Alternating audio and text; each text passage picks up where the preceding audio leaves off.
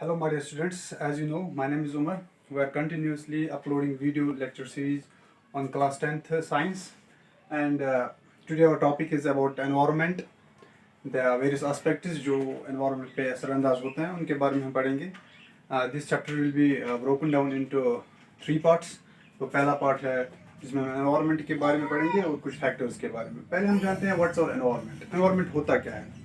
आपने पढ़ा होगा न्यूज़पेपर्स में एनवायरनमेंट जो वर्ड कॉमनली यूज़ होता है या किसी क्लाइमेटिक समिट में जो होता है वहाँ हम एनवायरनमेंट इश्यूज़ के बारे में बात करते हैं या सुनते हैं या रेडियोज़ और टेलीविजन पे हम तो एनवायरनमेंट के बारे में बहुत कुछ जानते हैं. अगर हम to break it in a simple term, environment वो होता है जो भी हमारी सराउंडिंग्स होती है, जो भी हमारा इर्द गिर्द का माहौल होता है उसको हम यूजुअली एनवायरनमेंट नाम देते हैं. लेकिन from the scientific point of view environment जो है वो है sum total of all the external factors. जो भी एक्सटर्नल फैक्टर्स हैं, मिसाल के तौर पर एक ऑर्गेनिज्म होता है, प्लांट होता है, एनिमल होता है, उसके इर्द गिर्द जो भी फैक्टर्स होते हैं जो उस पर असरअंदाज होते हैं, जो उस पर अफेक्ट करते हैं, मिसाल के तौर पर लाइट है, टेम्परेचर है, ह्यूमिडिटी है, विंड है, ऑल्टीट्यूड है, सैलिनिटी ऑफ द सॉइल, ये बहुत सारे फैक्टर्स होते हैं जो उसके ग्रोथ पे, उस पर उसके रिप्रोडक्शन पे और उसके एवोल्यूशन पे ना असरअंदाज होते हैं. तो उस वक्त हम उन टोटल फैक्टर्स को कहते हैं, जो भी हमारे इर्द गिर्द फैक्टर्स होते हैं, all those factors which affect an organism, जो असरअंदाज होते हैं एक ऑर्गेनिज्म पे, उन फैक्टर्स को, उन कंडीशंस को कहते हैं हम एनवायरनमेंट. तो उसके बाद हम देखते हैं जो एनवायरनमेंट होता है, अगर हम थोड़ा डीप स्टडी करें तो हम फिर उसको ब्रेक डाउन करते हैं इनटू टू कंपोनेंट्स. एक तो होता है फिजिकल एनवायरनमेंट. फिजिकल एनवायरनमेंट क्या होता है? फिजिकल एनवायरनमेंट वो होता है, जैसे मैंने लिखा है, वो एनवायरनमेंट जिसको आप एबायोटिक कंपोनेंट भी कहते हो, एबायोटिक एनवायरनमेंट भी कहते हो, या वो एनवायरनमेंट जो नॉन लिविंग कंपोनेंट से बना होता है. वो फैक्टर जो नॉन लिविंग होते हैं, मिसाल के तौर पर सॉइल है, लाइट है, वाटर है, ये नॉन लिविंग थिंग्स हैं जो हमारे एनवायरनमेंट है. इनको कहते हैं हम फिजिकल एनवायरनमेंट या एबायोटिक एनवायरनमेंट या नॉन लिविंग एनवायरनमेंट भी कह सकते हैं. फिर है बायोटिक एनवायरनमेंट. बायोटिक एनवायरनमेंट वो एनवायरनमेंट का हिस्सा होता है या वो एनवायरनमेंट होता है जिसमें लिविंग थिंग्स होते हैं.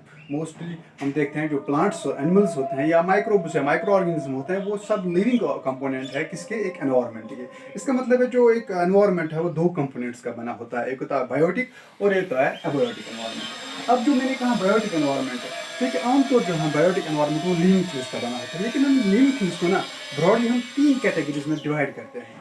All those three categories that include producers, consumers and decomposers. Producers जो पता है प्लांट्स जो होते हैं या ग्रीन एल्गी होते हैं.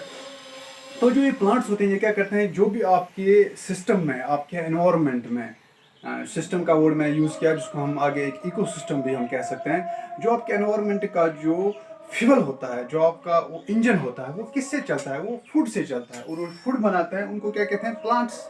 और प्लांट्स जो ग्रीन प्लांट्स होते हैं तो उनको हम देते हैं एक ही नाम, प्रोड्यूसर्स. उसमें ज़्यादातर प्लांट्स आते हैं या बिली ग्रीन एल्गी आती है.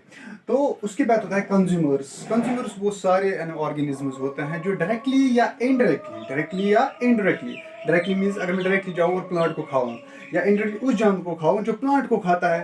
डायरेक्टली या इनडायरेक्टली जो प्रोड्यूसर्स पे डिपेंड करते हैं उनको कहते हैं कंज्यूमर्स. इसमें सारे एनिमल्स आते हैं. फिर हम कंज्यूमर्स की भी एक कैटेगरी बनाते हैं, हेर्बिवोर्स, कार्निवोर्स. तो उसके बाद होता है जो लास्ट कैटेगरीज होती है उसको कहते हैं डिकम्पोजर्स. यानी अगर आपको कहेगा कि बायोटिक कंपोनेंट जो एनवायरनमेंट का होता है या बायोटिक एनवायरनमेंट जो होता है उसमें कितने कंपोनेंट्स होते हैं, आप बोल सकते हैं प्रोड्यूसर्स होते हैं, कंज्यूमर्स होते हैं और डिकम्पोजर्स होते हैं. इनको कहते हैं biotic component of the environment.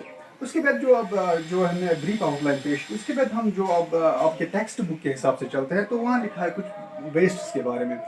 आपको पता है वेस्ट क्या होता है? वो जो कचरा होता है, जो अनवांटेड सब्सटेंस होते हैं, जो किसी चीज़ को यूज़ करने के बाद रहता है, उसको हम कहते हैं वेस्ट.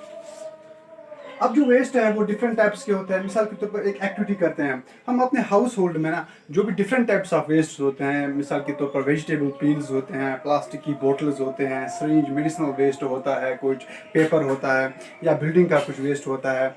तो हम क्या करते हैं, तो या काउडंग होता है, तो हम क्या करते हैं इस सारे वेस्ट को ना हम कलेक्ट करते हैं. एक एक्टिविटी बेस्ड लेसन होगा. फिर जब हम वेस्ट इनको कलेक्ट करते हैं तो हम एक छोटा सा गड्ढा खोदते हैं, उसमें हम इसको ब्यूरी करते हैं. इस वेस्ट को 15 दिन तक हम वहीं रखते हैं वेस्ट को. जब 15 दिन के बाद आते हैं तो देखते हैं कुछ वेस्ट उसी हालत में होता है जिस हालत में हमने उसको ना ब्यूरी किया होता है. उसका कोई असर ही नहीं होता, वो सड़ता नहीं है, वो वैसे ही होता है. और कुछ वेस्ट वो गायब हो गया होता है, उसका कलर चेंज हुआ होता है.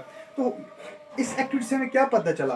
ब्रॉडली हमें ये पता चला जो वेस्टेज होते हैं वो दो किस्म के होते हैं। एक होता है वो जो सड़ता है बायोलॉजिकल प्रोसेस की वजह से या माइक्रोब्स की वजह से या बैक्टीरिया जरासीम की वजह से फंगई की वजह से, जो डिकम्पोज होता है, जो सड़ता है, जो ब्रेक डाउन होता है और जो गायब भी हो सकता है या जो अपनी फॉर्म चेंज करता है, तो उसको कहते हैं हम बायोडिग्रेडेबल वेस्ट। मिसाल के तौर पर आपने वेजिटेबल पील लिया था या जो सब्जियों का जो छिलका वलका होता है वो आपने लिया था, या खाना जो आपका स्पॉइल्ड फूड होता था, जो आपका बचा कुचा खाना था, वो वेस्ट वो होता है जो सड़ता है, जो ज़मीन के नीचे सड़ता है। सड़ने वाले वेस्ट जो biological, those wastes which get decomposed, which get degraded या विच गेट ब्रोकन डाउन, जो सड़ते हैं, जो गायब होते हैं, उन वेस्टेस को कहते हैं हम बायोडिग्रेडेबल वेस्टेस। वो बायोलॉजिकल प्रोसेस से या माइक्रोब्स के एक्शन की वजह से सड़ते हैं।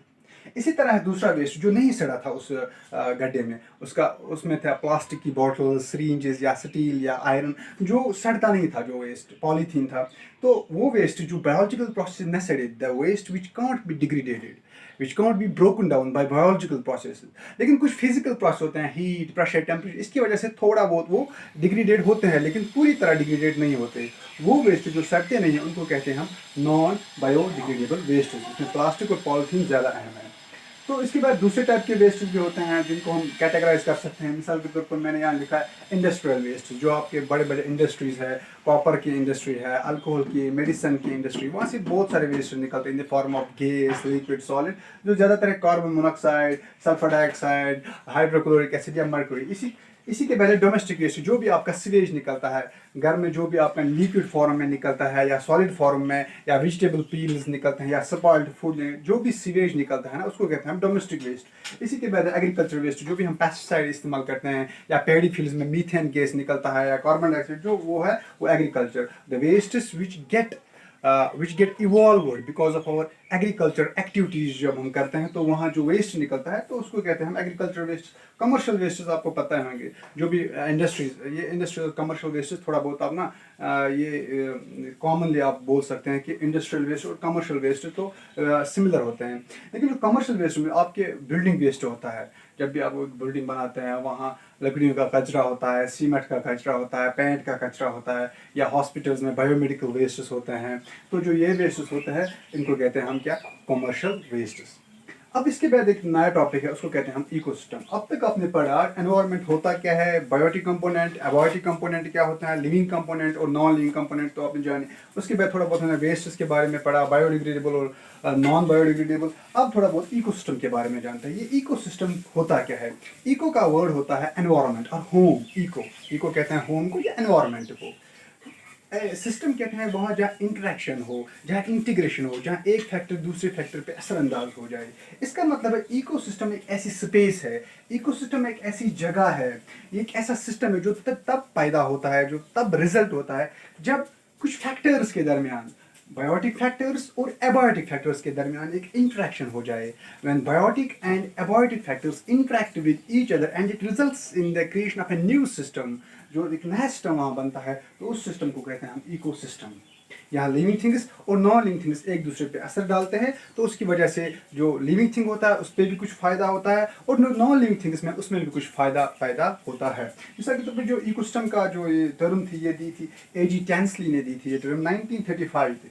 और उसके बाद एक दूसरा सेंस है, उसका नाम था ओडम।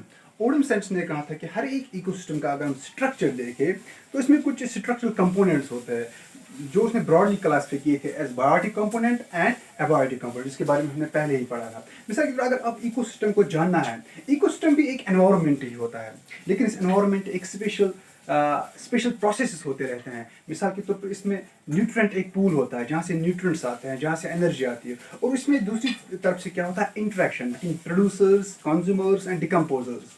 और इसके साथ साथ जो वहाँ के एबायोटिक फैक्टर्स होते हैं, लाइट, हीट, एनर्जी, इनके साथ भी इंटरेक्शन होती है। मिसाल के तौर पर अगर आप एक गार्डन में जाते हो, वहाँ आप क्या देखते हो, वहाँ डिफरेंट टाइप्स ऑफ फ्लावर्स है, सनफ्लावर है, जैस्माइन है, वहाँ तितलियाँ भी है, वहाँ तेज़ हवा भी चलती है, वहाँ सनलाइट भी निकलती है। तो इनकी वजह से क्या होता है, जब भी सनलाइट आएगी तभी आपकी फ्लावरिंग होगी, तभी वो बी वहाँ आएगी और वो नेक्टर कलेक्ट करेगी। तो सॉइल में जब वाटर होगा तभी रूट्स एब्जॉर्ब करेंगे, ग्रोथ हो जाएगी, तो एक सिस्टम बनता है वहाँ। तो उसी सिस्टम को कहते हैं हम फिर इको सिस्टम।